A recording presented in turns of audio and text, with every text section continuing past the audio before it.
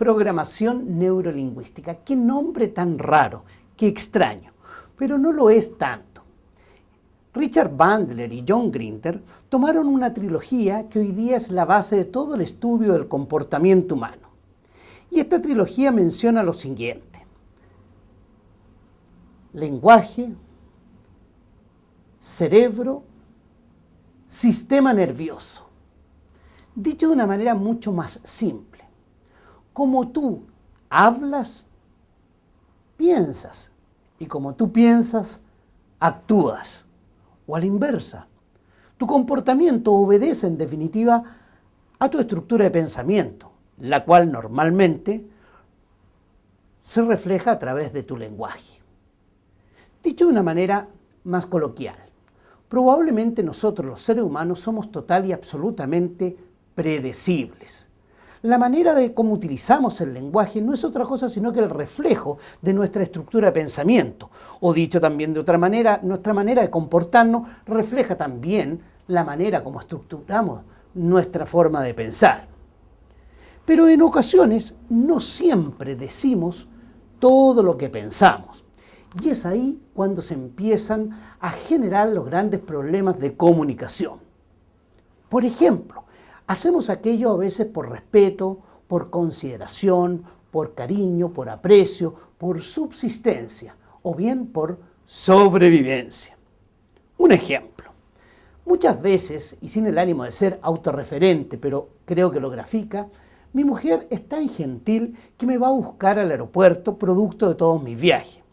En ocasiones ella ha pasado antes por un salón de belleza y se ha hecho un peinado nuevo, con el propósito de agasajarme.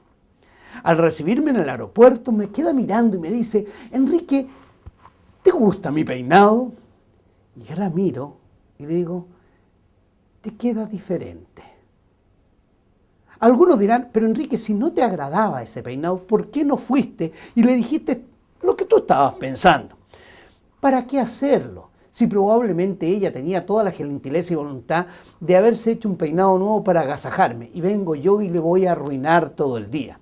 Además, mi padre me enseñó de que si no tenías nada bueno que decir, mejor callara. Pero ¿qué puede ocurrir? Ella equivocadamente podría llegar a pensar que ese es el peinado que más me agrada, y toda vez que me vaya a buscar al aeropuerto va a desear hacerse el mismo peinado. Si bien en ocasiones le metemos manos a esta trilogía, créanme que más temprano que tarde, en más del 80% de las situaciones, nosotros terminamos actuando en consecuencia. Hablamos de la misma forma como pensamos y terminamos actuando también en consecuencia. Es así que surge el nombre programación neurolingüística. Programación porque es en el cerebro donde se encuentran todos los programas que nosotros hemos estado desarrollando. Neuro, porque nuestro sistema nervioso va a ir reflejando toda esa estructura de pensamiento. Y lingüística, porque es el gran vehículo que utilizamos, la comunicación y el lenguaje, para poder manifestar esta estructura. Algunos podrán decir: pero Enrique, ¿eso es tan así? Créanme que lo es. Y lo podemos ver inclusive en situaciones como en el campo del deporte. Un ejemplo práctico tú lo puedes ver con lo que ocurre aquí en Latinoamérica. Muchos países de Latinoamérica, para poder participar de un campeonato mundial de fútbol, viven un proceso de eliminatorias.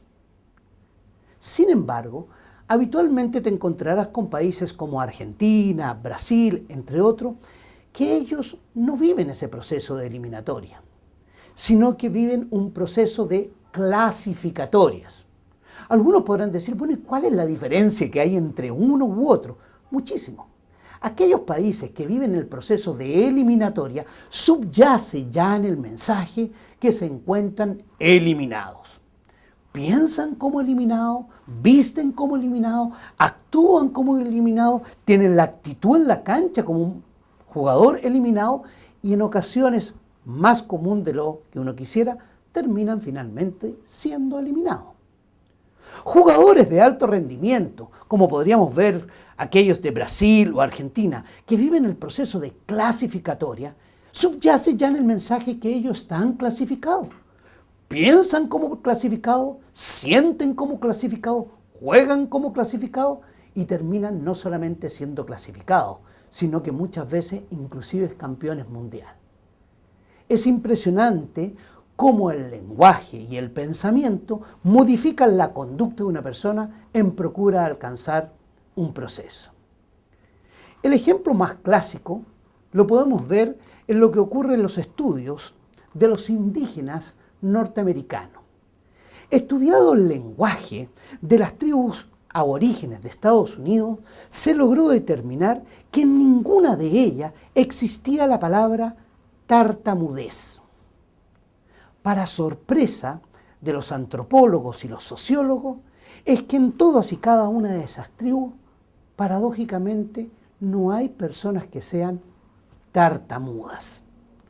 La conclusión a que han llegado todos estos profesionales es que difícilmente se puede ser algo que no existe.